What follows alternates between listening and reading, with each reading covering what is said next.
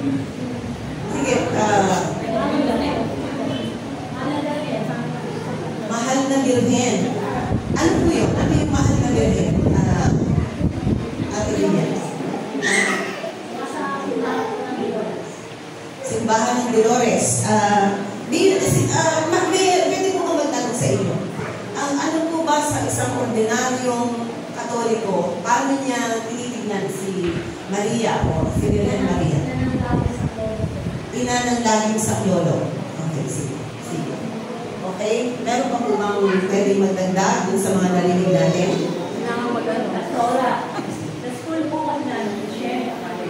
Sa Siena College sa Taytay.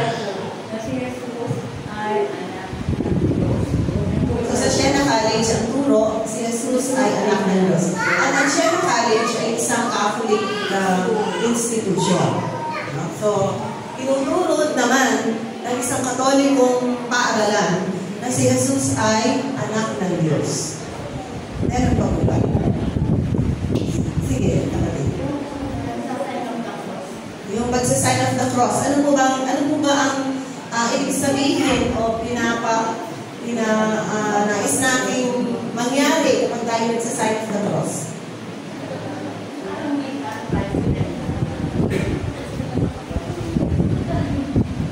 Parang nakikipag-ugnay sa pamamagitan ng sign of the cross. Okay, meron pa po? Ako dati. Kala ko siya yung perulto siya. Kasi pinakaano namin yun. Oo. Very, very common yan sa mga Catholics. Na ako ay isa rin po dyan. Pupunta kami sa aking ex-boyfriend, si Pastor Rene, dyan sa simbahan ng Quiapo. Every Friday, kumakalig kami dun sa paa ng Nazareno. So, bakit? Kasi tayo mga Katoliko, nagmula sa Katolikong religion, naniniwala tayo na ang rebulto ay simbolo ng Diyos. Na tayo ay nagiging malapit sa Diyos kapag pinupunasan natin, kinahalikan natin. Agree? So, sign of the cross, yung mga rebulto, yung Virgen Maria, Santo Niño. So, these are all representative of the Catholic faith. Meron pa po ba kayong naalala? Sige. Tuwing mahal na araw po. Tuwing mahal na araw? Pagka kami pumupunta sa San Roque Church, sabi Marikina po, yun ang ating devoto kasi tuwing mahal na araw, lagi po kami naiiyak kasi nakikita namin yung nakasabit lagi sa Christ. Yung isip namin lagi na pag tuwing mahal na araw, namamatay siya. So, ganun po yung ating bilibig. Kaya kami naiiyak. Bata pa po kasi ako. Nung bata ka pa, ayan, may mga bata dito, nakikita nila tuwing mahal na araw po. Tuwing mahal na araw at binugunita yung kanyang kung paano siya pinahirapan at pinako sa krus. Napatay na ang Diyos. Namamatay ang Diyos, so bawal kami maging-ingay, malikot. Bawal malikot. Bawal kumain ng kape. Bawal tumawa. Bawal tumawa. Okay? So, kasi patay ang Diyos. Okay, sige. So, tuwing mahal na araw yan. So, yan yung mga nakalakihan natin na mga kaugalian, tradisyon, patungkol sa Panginoong Diyos, kay Jesus. Meron pa po ba? Sige, this is a very interesting time. Kung may naaalala po kayo, pwede naman po magsalita. Huwag po kayo matawag. Meron pa po ba? Alay-lakad po namin. Alay-lakad? Ano yung alay-lakad? Pag mahal na araw, mga devoto. Yung naglalakad papuntang simbahan natin. Paakyat. Oo, napakadami nun yung mga naglalakad na yun. Parang penitence o sacrifice. Hindi sila sumasakay ng sasakyan, ilalakad nila all the way from Tondo, malayo yung mga pinag-dedicated. Kasi tuwing mahal na araw, merong awareness o consciousness na yung sharing in the sacrifice of Jesus. May mga nagpa-fasting, nag-aayuno, o hindi mo na nanonood ng TV, o nag-computer games. Mga sacrifices, fasting sa computer games, fasting sa mga pagkain, karne, di ba? Isda daw yata ang kinakain, pagka-ulimig, no? Meron pa? Nagpapapako sa krus. At yung nagpapapako sa krus, para pangbayad sa kasalanan. Wala na? Rosario. Oo, yun. Ito yung mga simbolo na kapag ang gumagawa nito ay nakikita natin gumagawa niya nag-rosario, nag-novena, malamang katoy ko. Ano ba? Ano ba ang pag-rosario? Yan ay... Yung po, pastora, ang pag-rosario ko at ang novena, yung po nakakaloob yung 15th station of the cross. Yung tinatawag na 15th station of the cross. Yung po, di ba, yung unang pag-sa Jesus, tapos yung pag-wali ka kayo. Yung po nakakaloob. Sino po dito nag-novena? Kaya ko po. Nakataas ka ang kamay. Hindi, huwag kayong matakot. Yung maski kung hindi na kayo nag-novena ngayon, hindi na kayo nag-rosario. Yung dati na nag-rosario, sino po yung nag-rosario? Sino pa? Sino mataas ang kamay? Huwag po tayo mahiya. Okay, sige. Alam niyo po ba na yung nag-rosario ay patungkol dun sa mga paghihirap na dinaanan ng Panginoon? Aware po ba kayo doon? Sige, that's good, that's good.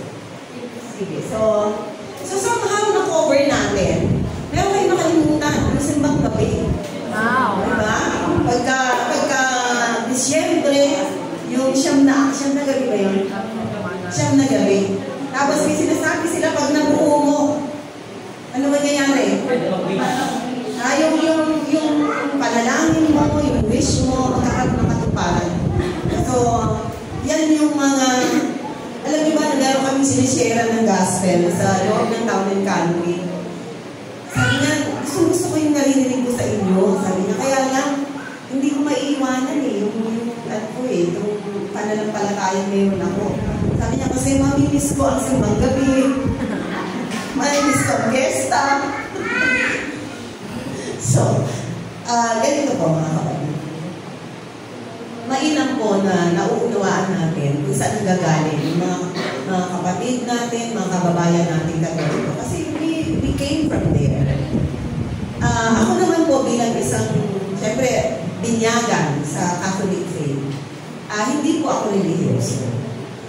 Maski nung maliit pa ako, parang pagka nagrurusahan yung mga tao, hindi kaya dapat kausapin sa akin lang naman po yun, hindi kaya dapat kausapin ng Diyos na mula sa puso. At hindi yung parang panalangin memoryado. Nasa isip ko lang po naman yan. Hindi ko po yan sinasabi sa nanay ko, sa tatay ko, baka mapagalitan ako. Tapos hindi rin po ako religiously pumupunta ng simbahan pagdating. Minsan may mga dahilan, mas pinipili ko pumunta ng simbahan na walang tao.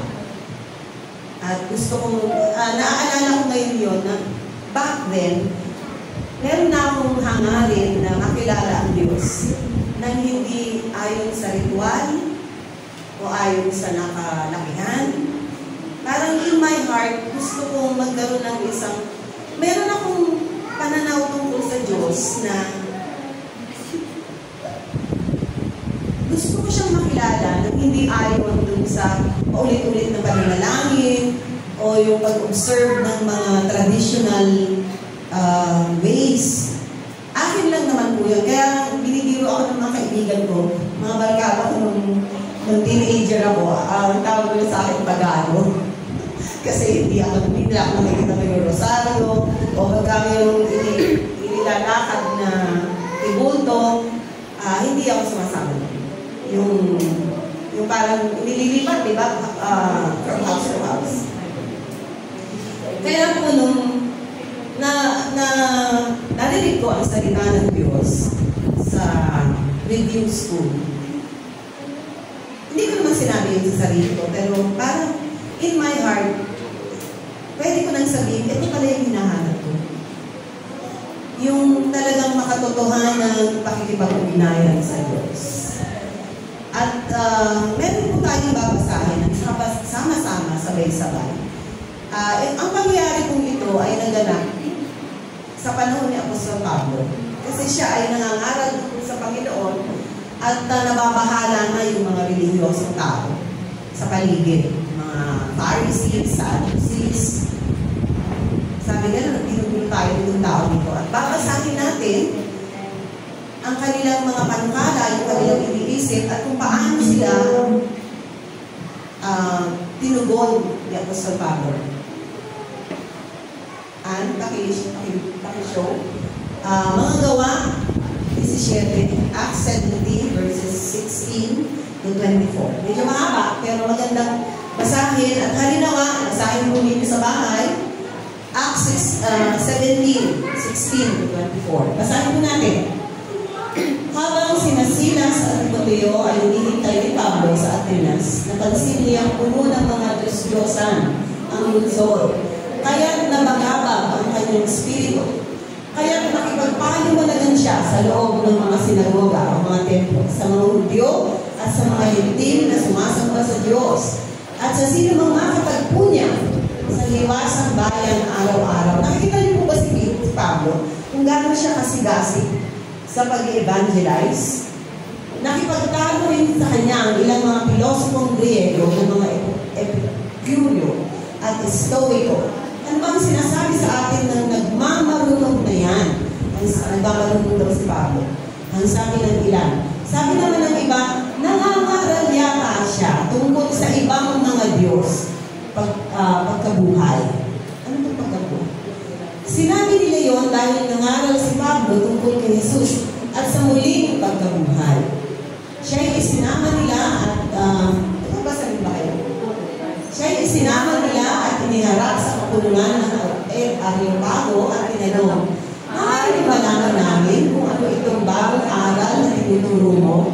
Bago sa aming pandinig ang sinasabi mo, kaya nais namin malaman ang kahulugan nito." Start muna tayo. Sa mga kapatid, kapag tayo ay nagsisimulang kumilala sa Panginoon sa isang makatotohanang paraan, at meron nang lumalabas sa bibig natin na kakaiba, naiibahan na yung mga tao sa paligid natin. So, natural yun kasi naranasan ni Pablo yan.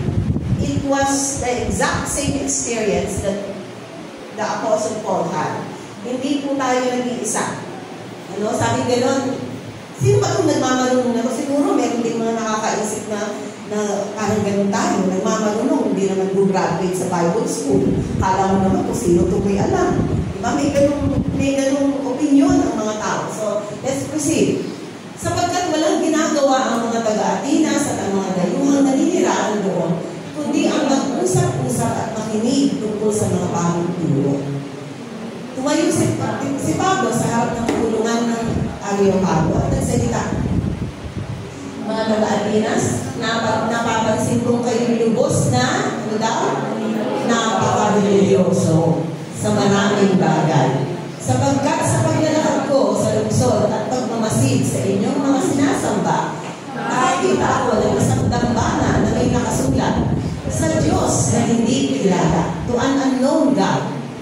Ang Diyos na inyong sinasamba, kahit hindi nyo nakikilala, ang siya kung ipinapahayag sa inyo.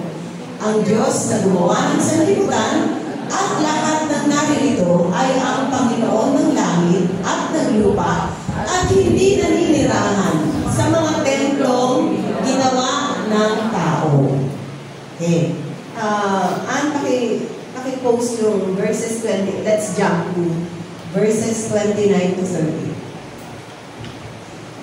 Sapagkat tayo mga anak ng Diyos, huwag nating akalain na ang kanyang pagka-Diyos ay mailalarawan ng ginto, tila, o bato na pawang likha ng isip at gawa ng kamay ng tao. Ulitin natin mga kapatid.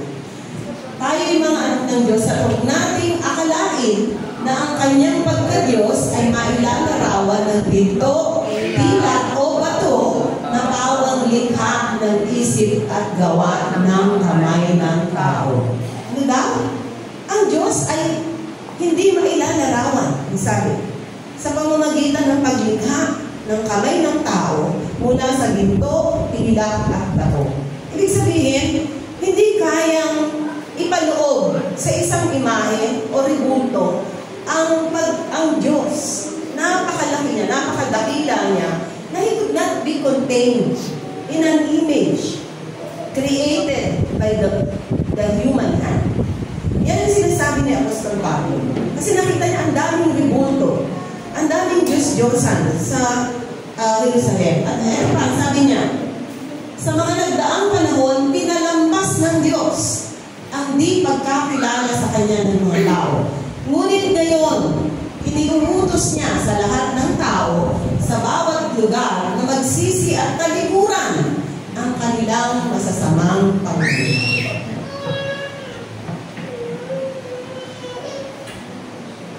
Si Apostol Pablo ay may napansin. May napuna siya nung siya ay nagpunta sa Jerusalem. Anong nakita niya? Nakita niya na ang mga tao ay religyoso. They are extremely religious. So many statues, ang daming mga rebulto, nilulukuran. Pero may nakasulat. Ano daw nakasulat? To an unknown God. Sa isang Diyos na hindi namin kilala.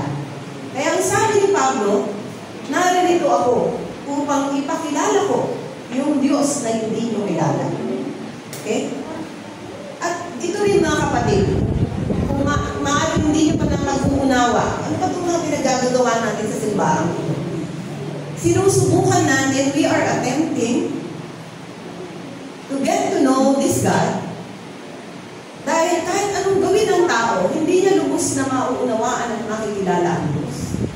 There is an inexhaustible knowledge of God that no man can ever fully comprehend. Tatagalogin natin, ang Diyos hindi kailanman mauunawaan ng kahit sino mang tao to the fullest, ng unawang-unawa. There will always be a mystery. There will always be a question in the mind of a person. Lagi may tanong, bakit gano'n? Bakit ganyan? Bakit siya gano'n? At ito po ang dahilan kung bakit bumaba ang Panginoong Jesus dito sa lupa. Ang sabi ng Panginoong Jesus sa lupa, ay sa Biblia, unang John 14, sabi niya, if you have seen me, ano daw? You have seen the Father. Kung nakita niyo ako, nakita niyo na ang Ama. Kaya nga, sobrang hinihikayat ko kayo na basahin ang aklat, ang Ebanghelyo, Mateo, Marcos, Lucas, Juan. Kasi doon po natin makikita si Jesus. Kung paano siya nakitungo sa dukha, sa mga dukha. Paano siya nakitungo sa mga may sakit. Paano siya nakitungo sa mga taong nakabulit sa kasalanan. Paano siya nakitungo sa mga mapagmataas. Sa mga kulang sa pananampalataya. Doon po natin makikita, mababasa kung paano, how Jesus conducted Himself during the very short 33 years on this earth. Sa loob ng 33 taon, ay ipinakilala niya sa atin ang Ama. Kung paano nagdalang habag si Jesus sa mga dukha, sa mga may sakit, sa mga nasa kasalanan, ganun din ang Ama. He was expressly showing to us who the Father is. Kaya, it's important mga kapatid, na habang nagbabasa tayo, kinikilala natin ang Diyos. Hindi lang tayo nagbabasa ng kwento. Yan ay kapahayagan ni Jesus upang yan ay mga ginawa ng Panginoong Jesus upang maipahayag ang kagandahang loob ng Ama, ang pag-ibig ng Ama, ang habag ng Ama sa mga taong tulad natin. Yan po yun, mga kapatid. Pinakilala sa atin ni Jesus ang Ama. At ipinakikilala naman ni Pablo nung panahon niya sa mga taong walang pagkakilala. Bakit? Kasi nakilala na ni Pablo ang Panginoon. Halala niyo, yung ba yung kwento ni Pablo? Si Pablo ay dating taga-usig ng mga mananampalatayang Kristiyano. Hindi lang basta nag-uusig, mga kapatid, pinapapatay niya.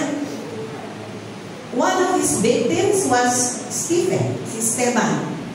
He was consenting when people were throwing stones at Stephen. At ang sabi, nung patungo siya sa Damasco para muli ay ipagsuplong ang mga mananampalatayang Kristiyano, doon siya tinagpo ng Panginoon. And that time, mga kapatid, nung siya'y bumagsak, di naman malinaw kung bumagsak lang ba siya sa lupa o malamang na nakasakay siya sa kabayo, but he fell down, ang sabi niya. And ang immediate response niya when he fell down was, "Who art thou, Lord?" Sino ka, Panginoon? Immediately alam niya na ang nagpabagsak sa kanya ay ang Diyos. At sabi niya, "What wilt thou have me to do?" Anong gusto mong gawin ko? Noong panahon yun, ang akala ni Pablo, kasi si Pablo ay isang Hudyo, ang akala niya nung nagpapapatay siya ng mga Kristiyano, si Kristo ay laban sa relihiyon ng mga Hudyo. Judaism. So they were thinking na si Jesus was an impostor. He was guilty of blasphemy. And so, yung mga naniniwala sa kanya, pinapapatay nila. At that point, or during that time, akala ni Pablo, nung inuusin niya ang mga Kristiyano, he was doing things for God. Buong-buo sa puso niya, na nung nagpapapatay siya ng mga Kristiyano, ay ginagawa niya yun para sa Diyos. So, nung siya ay matauhan, siya ay maliwanagan, he was never the same again. Siya ay nagkaroon ng isang divine encounter sa Panginoon. At yun po, I think paulit-ulit na sinasabi ni Pastor niya sa akin, kailangan ng divine encounter. Hindi po talaga religion ang kailangan natin, mga kapatid. Kasi ang religion is just a set of beliefs na nagbibigay sa tao ng false hope na kapag naging religyoso siya, okay na siya. Pero ang nais po ng Panginoon, mga kapatid, hindi ka magkaroon ng religion lang, kundi relasyon sa Panginoon.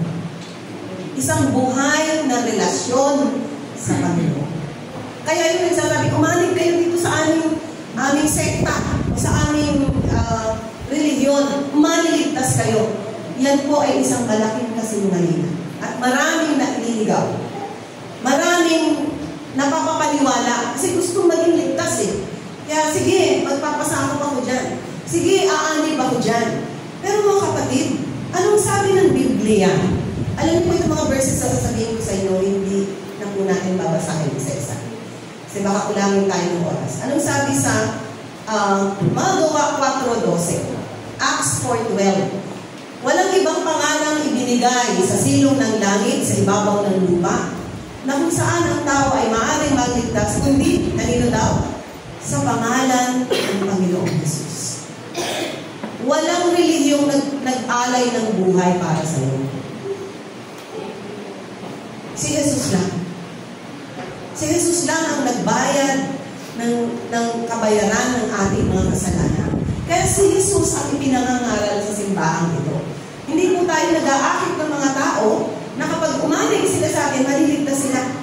Because that's a lie. Hindi simbahan ang nagliligtas. Si Jesus. Ang anak ng Diyos na nagkatawang tao, nakipabuhay sa tao, nag-alay ng kanyang buhay, pinatay, subalit nabuhay na uli makalipas ang 3 araw. Si Jesus lamang ang susi, ang daan, ang pintuan upang tayo ay makaligtas. At pa sabi sa unang Juan 5, pumili ng Diyos. Unang Juan 5, 11, 12. Siguro maganda pa pakita ba niya natin ano yan? Yan. Sige, basahin natin. Basahin po natin. At huwag lang basta magbasa. Namnamin natin. At ito ang totoo. Ito ipinagkaloob sa atin ng Diyos ang buhay na walang hanggan at ito'y makakamtan natin sa pamamagitan ng kanyang anak. Kung ang anak ng Diyos ay nasa isang tao, ano daw ang meron siya? Meron siyang buhay na walang hanggan. Ngunit, kung wala sa kanya ang anak ng Diyos, ano daw? Wala siyang buhay na walang hanggan. Sinabi bang, kung nakaanib sa isang relihiyon, kung nakaanib sa Iglesia ni Cristo, may buhay na walang hanggan. Meron ba gano'n? Ang sabi, kung pinananahanan ka, kung ang anak ng Diyos ay nasa puso mo, nakadambana sa puso mo, may buhay na walang hanggan ka. Ano mang oras dumating ang kamatayan, pwede kang umarap. O pwede mong harapin ang kamatayan nang walang takot at pangamba. Bakit? Sapagkat nasa puso mo si Jesus. Yan ang maliwanag na sinasabi ng unang 1:5, 11:12.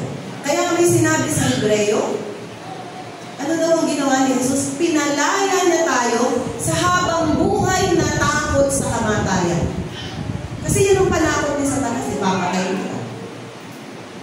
Sa maraming kaparaanan, takot ang taong mamatay. Bakit takot tayo mamatay? Kasi wala tayong katiyakan kung saan tayo pupunta. Diba? Kaya takot na takot tayo. Itong mundo ito sigurado na eh. Kahit maraming problema, kahit maraming panganib, kahit maraming gulo, bakit ayaw natin iwan? Kasi sigurado ito eh. Yung kabilang buhay, hindi sigurado eh. Pero alam niyo mga kapatid, anong sabi ng Panginoon Jesus? In my Father's house, let not your heart be troubled. Huwag kayong mangamba. In my Father's house are many mansions. Sa kaharian ng aking Ama, maraming mga tahanan. And I go there to prepare a place for you. Nung pumalik ang Panginoong Jesus sa kalangitan, busy siya. Hindi siya basta nakaupo sa trono. He is preparing our mansions in heaven. Wala kang mansion dito, meron kami sa taas. Amen. Pastor Red. Amen. Kung di tayo mag-grant ng loan sa pag-ibig, okay pa rin, di ba? Pastor Red. May mansion tayo sa langit. Amen? Amen. So, alam niyo kung magsisingkin lang lahat ng ito, meron akong may isang preacher of the word na meron siyang meron siyang parang object na pinakita. Kunyari, ito tali. Sabi niya, napakahabang tali. Napakalaking rolyo ng tali. Tapos sabi niya, ito, hanggang dito, ito yung buhay natin sa mundo. Mula dito, hanggang dun sa kabuluduluhan, wala kang dulo ang buhay na walang hanggan. Yun, yung tumutukoy sa buhay sa kabilang ng buhay na kilala natin.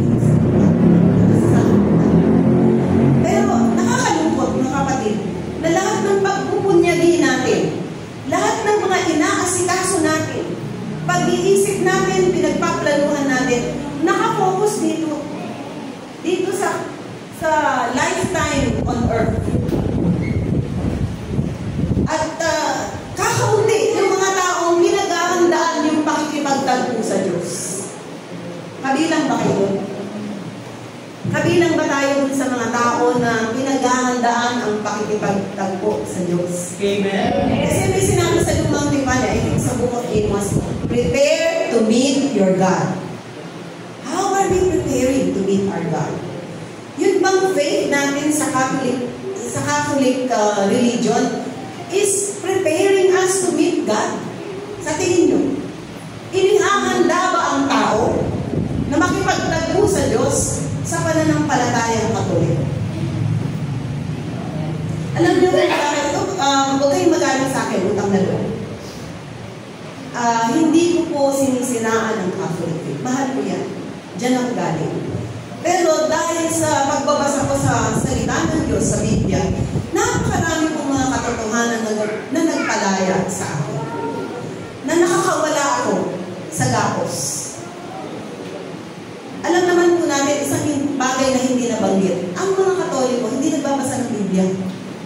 mali? Tama. Hindi na nagbabasa ng Biblia. Ina-encourage ba tayo sa Catholic Church na magbasa? Hindi naman eh. Makinig ka sa sermon ng Pasko, ng pare. Pero magbasa, siguro merong ilan. Pero sa loob ng ilang taon na nakapakinig ako ng sermon sa simbahan, wala akong narinig na pare na nagkikaya na magbasa ng Biblia. At alam nyo, ang naging net effect niyan sa ating mga Katoliko. Dahil wala tayong alam sa Biblia, hindi natin alam kung ano nakasaad dyan, at isang linggo lang naman natin naririnig ang pare na mag-sermon at kung minsan, di pa tayo nakaka-attend sa church. So very, very, sabihin natin negligible yung kaalaman natin sa Biblia. At dahil yan, alam nyo, may narinig akong nagturo. Sabi ganun, ang mga taong hindi nagbabasa ng Biblia, hindi nila alam kung ano yung mga dapat paniwalaan dito sa aklat ng Diyos. Sila mismo ang gumagawa ng mga bagay na kanilang paniniwalaan. When you don't read the Bible, you would create beliefs o mga bagay na paniniwalaan mo kasi hindi mo alam eh. Wala kang alam sa sinasaad ng Biblia. Ano ibig sabihin? Ang mga Katoliko ay naging mapamahiin, superstitious, gumawa ng sari-saring mga bagay na pinaniniwalaan. Pag aalis na, sabihin mo kung aalis ka na, iikot ko na ang plato. Bawal magwalis sa gabi. Malayo sa disgrasya. Baka mawalis mo yung pagpapala. Tama ba yan? Buksan ang simbahan ang bintana para pumasok ang grasya. Baka hindi grasyang papasok, baka magdadakaw. Marami tayong naging mga pamahiin. Pinalitan natin ang salita ng Diyos ng pamahiin. Para maging maunlad. Anong gagawin? Ano yung, sige nga, ano yung mga pamahiin natin para tayo umunlad? Magsuot ng polka dots. Magsuot ng polka dots pag New Year. Di ba? Ano ba? Wag daw kakain ng chicken pag New Year. Kasi isang kahit, isang tuka. Diba? Kumain ng bilog.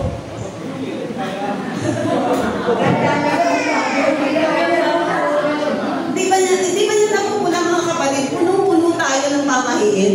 Samantalang simple lang ang sinasabi ng Biblia. Ano sabi ng Biblia? Give and you shall receive. Magbigay ka at ikaw ay pagpapalaan. What you sow, you reap. Magtanim ka at ikaw ay aanin. Walang kinalaman yung sinusuot mo, yung pag-iikot ng plato. Mga kapatid, ito yung araw ng pagpapalaya. Palayain niyo na po ang mga sarili niyo. Kung dumadalo ka dito sa simbahan at meron ka pa rin ganyang kaisipan na ang pag-unlad at pagpapala nang gagaling sa ginagawa mo, hindi sa kabutihang loob ng Diyos, tapusin niyo na po ngayong araw na. Ang pagpapala at pag-unlad, ang susi, pagsunod sa Diyos. Amen. Sumunod tayo sa Diyos, pagpapalain tayo ng Diyos. Alam niyo kung anong nagiging malas? Sabi nila, Friday the 13th is unlucky. May mga tao ayaw lumabas ng bahay pagka, teka, Day 13, Friday, delikado. Baka mabangga tayo, baka kung anong mangyari sa daan. Malasin tayo. Alam niyo ang malas kung ano? Pag hindi ka sumusunod sa Diyos. Pag ikaw lumalabag sa Kanyang kautusan.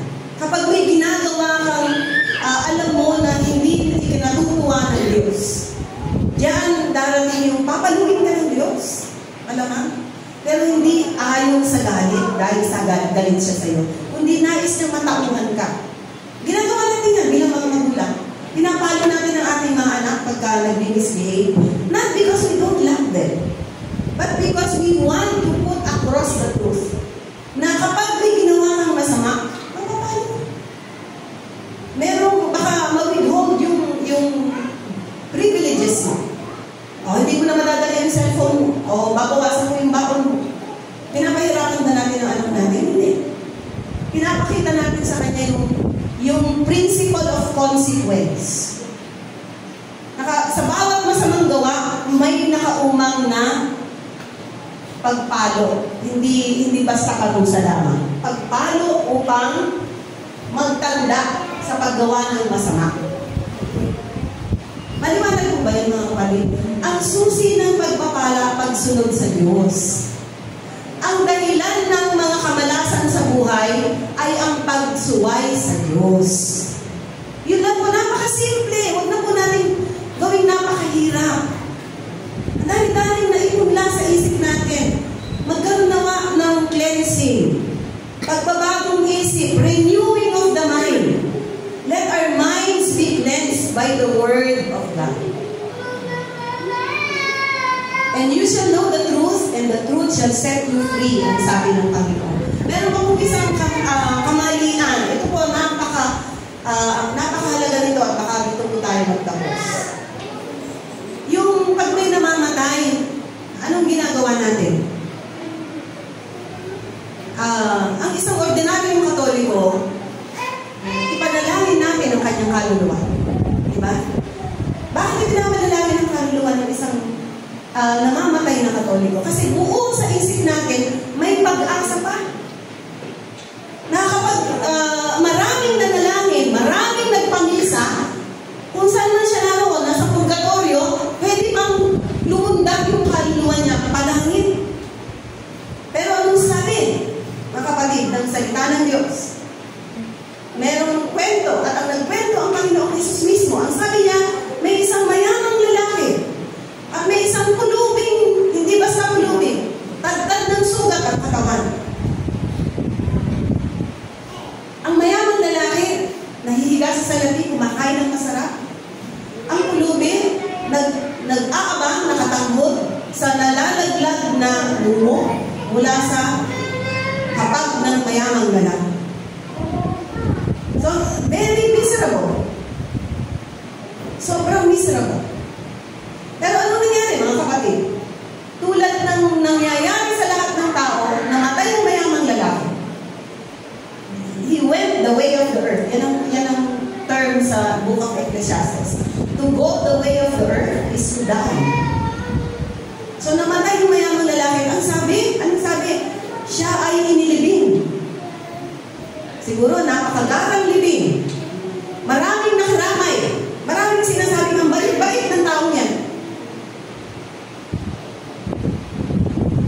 Pero nung namatay yung pulubi, walang nagsabing siya yung nilibing. Baka hinayaan lang na nakahandusay sa gilid ng daan.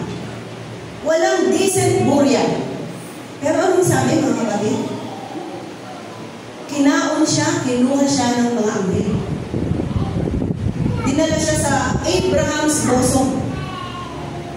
And Abraham's bosom speaks of faith. Naalala niyo yung lesson natin about Abraham? The father of faith. So malamang yung mahirap na lalaki, bagamat mahirap, may pananampalataya pa rin sa Diyos. Umaasa sa Diyos.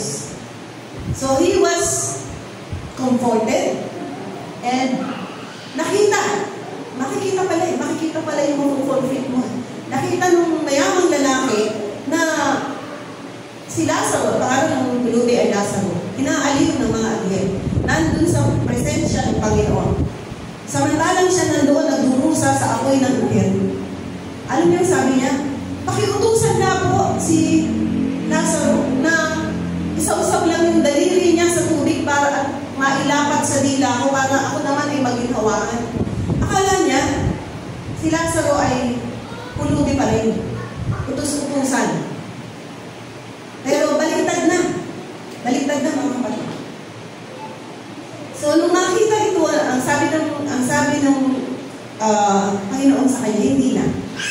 Kung sino ang naririto, nariyan na forever. At yung nariyan na forever. Wala nang middle ground. Wala nang purgatorio. Papasagin natin yung katuruan ng purgatorio. Kasi it's giving false hope to people na pwede pa kahit mamatay na. Patay na. Basahin mo niyo yan.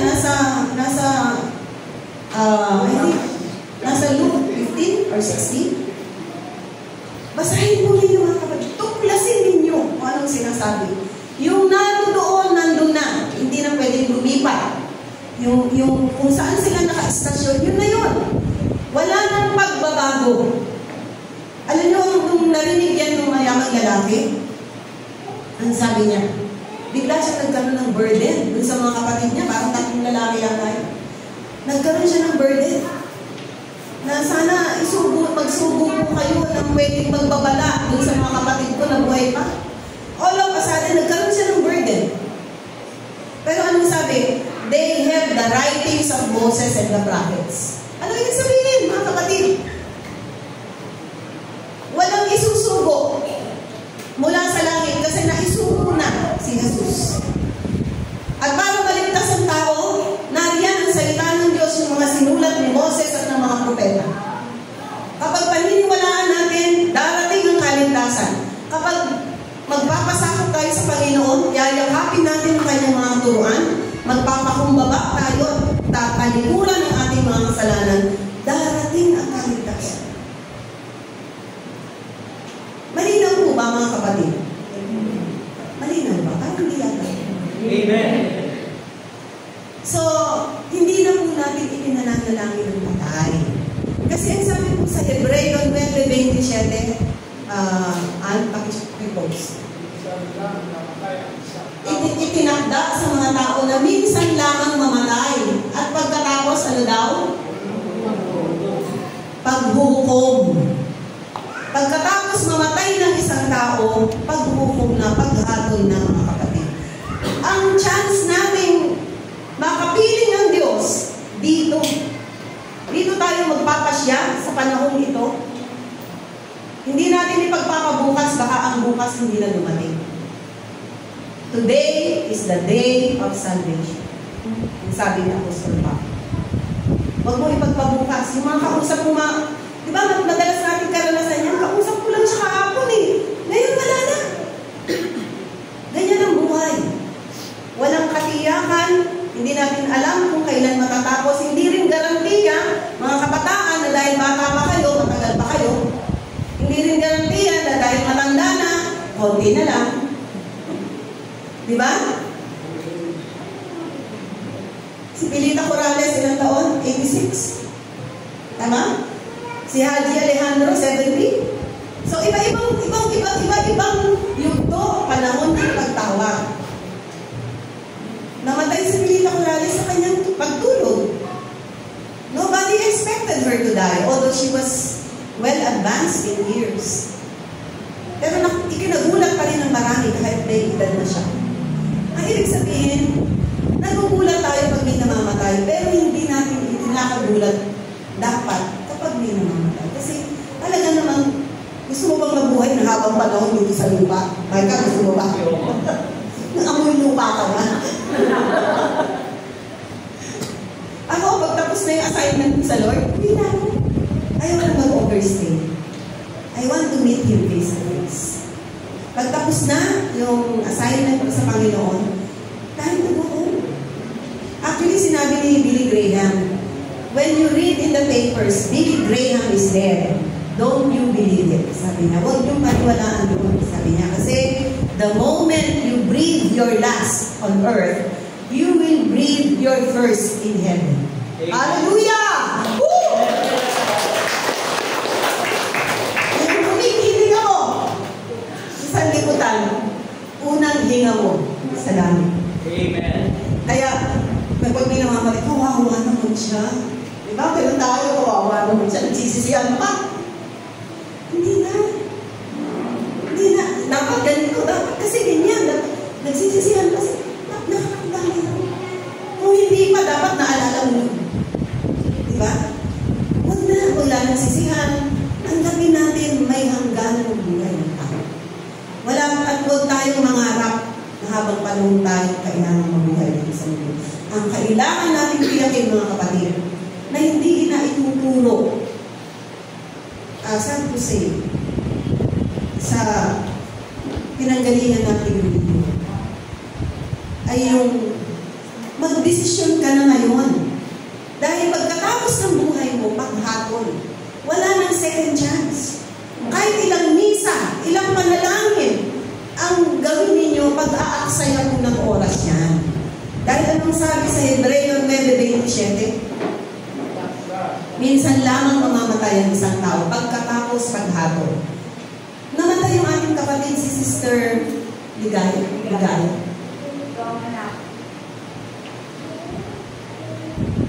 Sister, nakikiramay kami pero nakikigalak din. Dahil ang nanay mo nasa piling na ng Diyos. Tinapos na ng Diyos ang kanyang pakikibaka dito sa lupa. Alam niyo ba nakikibaka tayo dito sa lupa eh? Di ba? Pakikibaka to eh. There is war. Especially pag pinangangatawan mo ang yung pagkilala, pananampalataya sa Panginoon. There will be problems. There will be conflicts. There will be struggles. It's part of it. Part of the calling. Bahagi yan ng pagtawag ng Diyos sa atin. Subalit, ang maganda, nandito na tayo sa tamang pananampalataya. Amen? Amen. Magbasa po tayo ng Biblia. Huwag po kayong umasa sa mga pastor na nandito na nagtuturo. Kulang. Kulang at kulang mo pwedeng maituro sa inyo. Kayo mismo ang personal na tumuklas ng mga katotohanan nakasaad sa aklat ng buhay. Sa aklat na iniwan ng Panginoon sa atin. Amen po ba yan, mga kapatid? So, regarding memorized prayer, siguro naman, nakikita niyo naman kung paano tayo manalangin dito. Wala tayong binabasa. Wala tayong minimemorya. Hanggang maaari kung ano yung ilagay ng Panginoon sa puso natin ng panalangin. Ganoon natin kinakausap ang Diyos. Ang panalangin po mga kapatid ay hindi forma. Hindi pakitang tao. Ang panalangin ay isang buhay na pakikipag-ugnayan sa Diyos. Kung ano yung nararamdaman mo, nahihirapan ka, nasasaktan ka, napapahiya ka, nag-aalala ka, lumapit ka sa Diyos, kapatid. At makakasumpong ka ng kapahingahan, pag-asa, at katiyakan na hindi ka nag-iisa. Amen? Amen. Nasasabi ko po ito kasi napakarami ko kong problema pinagdaanan. Hindi po ako nag-memorya ng preaching. Yung sinasabi ko sa inyo ay isang totoong mga karanasan na pagdaanan. And if I can only bear my heart out to you, na mga kapatid, yung panahon ng kaignorantehan, panahon na wala tayong alam, tapusin na natin. Magbasa po tayo ng Biblia, makinig tayo sa mga nangangaral ng salita ng Diyos, ng buong katapatan, at makinig tayo sa banal na Espiritu, at hindi po tayo maliligaw. Maliwanag po ba yan, mga kapatid? Amen. Minamahal tayo ng Diyos. Hallelujah! Purihin ng Diyos. Purihin ng Diyos. Hallelujah.